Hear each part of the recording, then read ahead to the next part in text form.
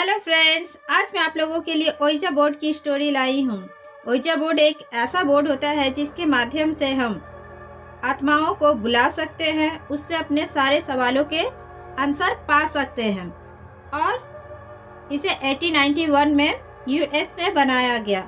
ये कहानी 4 दोस्तों की है। ये चारों फ्रेंड्स जो होती हैं वो ओइजा बोर्ड से खेलती है, लेकिन उनके साथ एक ऐसी खतरनाक घटना घट जाती है जिसके बाद वो ओइजा बोर्ड से खेलना तो दूर, उसे देखना भी पसंद नहीं करती है। तो चलिए कहानी स्टार्ट करते हैं। पूजा, प्रिया, रेचल और निशा, ये चारों सहेलियां बहुत ही ब्रेव थी और ये किसी चीज़ से डरती नहीं थी। पूजा जो है वो नाम के अनुसार ही काफ़ी धार्मिक प्रवृत्ति की थी और वो पूजा पाठ करना बहुत ज़्यादा पसंद करती थी और साथ ही साथ उसे बहुत से वेदों का भी ज्ञान था। वो उसके घर में सारे लोग धार्मिक प्रवृत्ति के थे। वो कॉलेज में छुट्टियां हो चुकी थी, समर वेकेशन। तो ये चारों फ्रेंड्स ये डिसाइड करती है कि क्यों ना हम पूजा के घर पे ही चलें और वहीं पे हम लोग 2-3 दिन रुकेंगे। पूजा जो थी वो अपने गांव में रहा करती थी, उत्तराखंड में, और ये तीनों वहाँ पे पहुँच जाती है और उसका घर बिल्कुल खाली था। और जब ये तीनों वहाँ पे पहुँचती है तो वो उत्तराखंड बहुत मज़े से घूमती है और घूमने के बाद 2-3 दिन ऐसे ही कट जाते हैं। तीसरा दिन आता है तो रेचल कहती है क्यों ना हम ओइजा बोर्ड खेलें। हमने इसके बारे में बहुत सी बातें सुनी हैं और वो लोग ऑनलाइन देख रहे थे। वो तीनों बैठ कर के इस चीज़ को सर्च कर रहे थे कि हम इस चीज़ को फील करना चाहते हैं कि क्या सच में ऐसा कुछ होता है।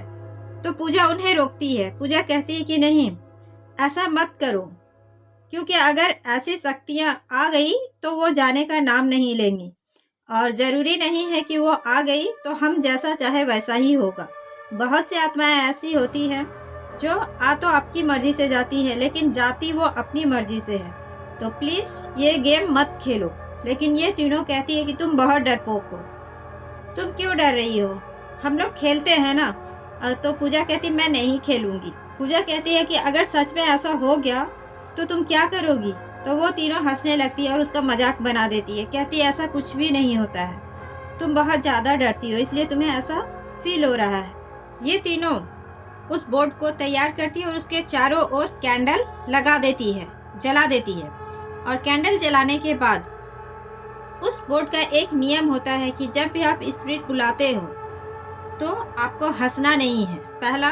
और दूसरा, कुछ ऐसी बात नहीं करनी है जिससे वो आत्मा जो आई हुई है उसे हर्ट हो या उसे ये फील हो कि ये मेरी मजाक उड़ा रही है। जब आप गेम ओवर कर रहे हो तो गुड बाय बोलना ज़रूरी है और थैंक्स। उसके बाद ही आप उस गेम को क्लोज कर सकते हैं। और ये तीनों गेम स्टार्ट कर देती है मजाक मस्ती में। इन्हें ऐसा लग रहा था कि ऐसा कुछ होगा नहीं और वो तीनों वहाँ पे उंगली रख देती है उस कॉइन पे और वो कहती है कि क्या यहाँ पे कोई आत्मा है, अगर है तो वो अपनी प्रेजेंट फील कराए।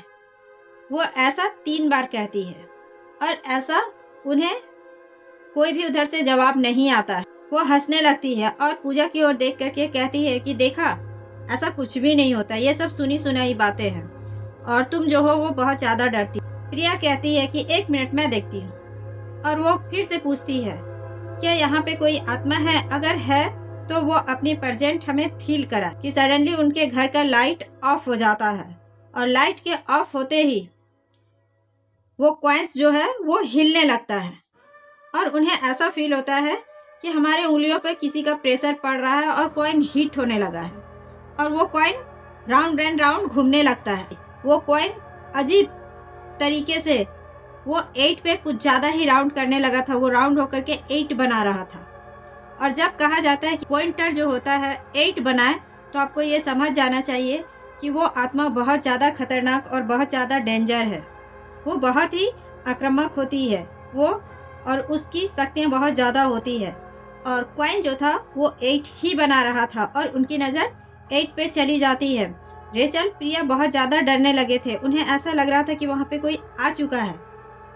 वो एक दूसरे का फेस देख रहे थे कि तभी निशा को ये एहसास होता है कि कोई उसके पीछे खड़ा है और निशा जब पीछे पलट करके देखती है तो वो वहाँ पे एक साया को देखती है और वो बहुत ज़्यादा डर जाती है। वो चीखते हुए अपने हाथ को वहाँ से हटाना चाह रही थी, लेकिन वो हाथ वहाँ से हट नहीं रहा था कि सडनली रेचल के हाथों में किसी ने ऐसे स्क्रैच किया और उसके हाथ पे नाखून के निशान पड़ जाते हैं।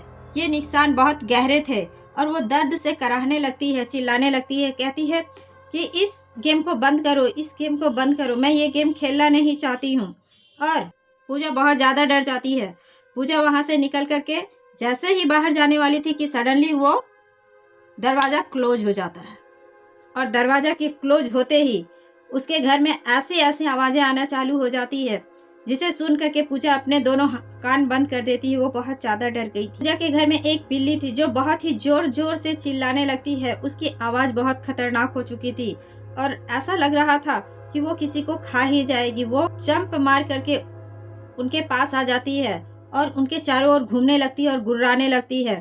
प्रिया, रेचल और निशा बहुत ज़्यादा डर गए थे। उन्हें ऐसा लगने लगा था कि ये बिल्ली मुझे काट लेगी। वो पूजा से कहती है कि प्लीज़ इस बिल्ली को रोको। पूजा रोकने की कोशिश करती है पर वो बिल्ली रुकती नहीं। वो सीधा एक जोरदार जंप लगाती है और सीधा आकर के उस बोर्ड पे गिर जाती है और सडनली तड़पते हुए अजीब तरीके से उसकी मौत हो जाती है। रेचल और निशा ये फील करने लगे थे कि उस कमरे में उनके अलावा कोई और भी है। पूजा तुरंत हनुमान चालीसा पढ़ना चालू कर देती है और जब वो हनुमान चालीसा पढ़ रही थी तो वो जोर जोर से पढ़ रही थी और वो इतना जोर जोर से लाउडली पढ़ने लगती है कि वहाँ पे रेचल के हाथों पे फिर से एक स्क्रैच किसी ने ऐसे मारा और धीरे से वो कमरा फिर से नॉर्मल हो जाता है और वहाँ उन तीनों ने झटाक से अपने हाथ को उस बोर्ड से हटाया और वो तीनों उठ करके खड़ी हो जाती है और वो कहती है कि चलो यहाँ से निकलो, और वो चारों वहाँ से निकल जाते हैं और उस बोर्ड को वहीं पे वो लोग छोड़ देते हैं और निकलते ही वो दूसरे कमरे में जा करके लाइट्स ऑन करते हैं और वो रात भर जगी रहती है और उन्हें रात भर ऐसा फील हो रहा था कि पूजा के घर में कोई है जो घूम रहा है, कभी इधर से उधर कभी इधर से उधर वो दौड़ रहा है। वो आवाज़ वो लोग पूरी तरीके से फील कर रहे थे। ऐसा लग रहा था कि उसके छत पे कोई कूद रहा है, जंप कर रहा है और किसी की आवाज़, एक एनिमल की आवाज़ उसे सुनाई दे रही थी जो बहुत ही भयानक तरीके से गुर्रा रही थी।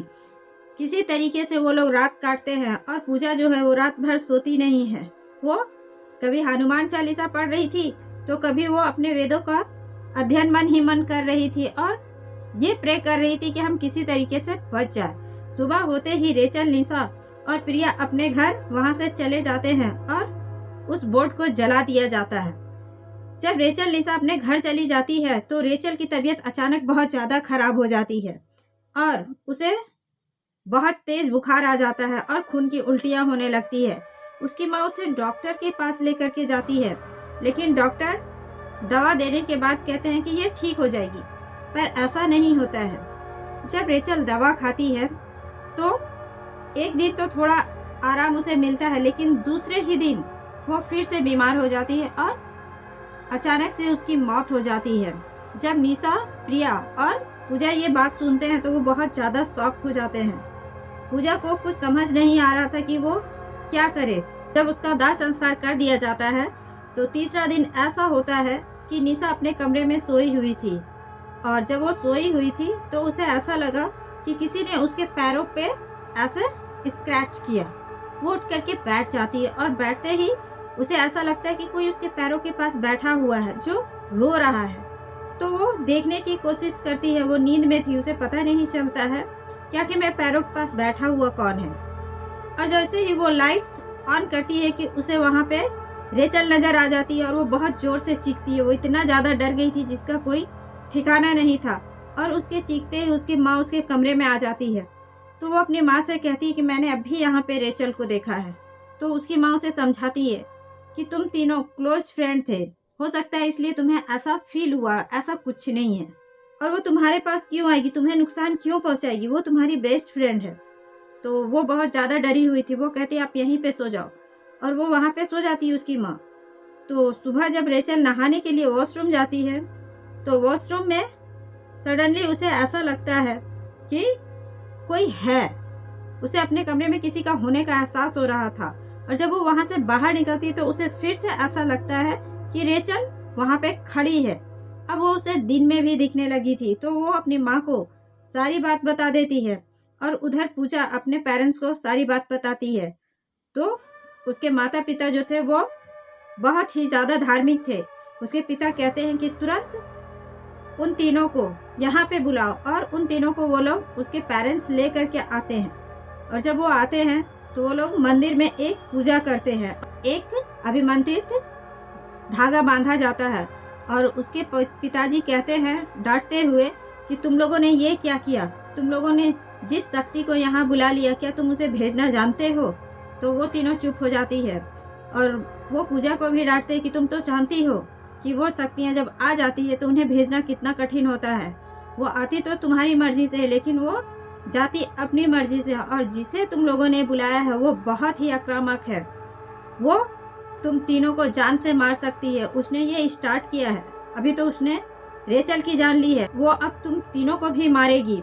इसलिए इसे तुम लोग अपने हाथ से कभी मत उतारना। मैं पूरी कोशिश करूँगा कि उसे यहाँ से भेज दूँ, और वो जहाँ से आया मैं उसे वहाँ भेज दूँ। मैं शांत नहीं बैठूँगा, क्योंकि ये हमारे बच्चों का सवाल है। और उन तीनों को वो धागा पहना देते हैं। उसके बाद वो वहाँ पे 9 दिनों का अनुष्ठान करते हैं। उसके बाद कहते हैं कि हाँ, अब वो यहाँ से जा चुका है, लेकिन तुम तीनों सावधान रहना, तुम्हें ये धागा नहीं उतारना है। तो वो तीनों इतना डरे हुए हैं कि उन्होंने उस धागा को कभी नहीं उतारा, और ओइजा बोर्ड जो था वो उनके लिए एक काला बोर्ड बन जाता है। उसके बाद से उन्होंने ऐसी कोई भी खेल नहीं खेली जो उन्हें नुकसान पहुंचा सके। तो thanks for watching this story guys. अगर आपको हमारी कहानी अच्छी लगी हो तो प्लीज़ लाइक एंड सब्सक्राइब जरूर कीजिएगा।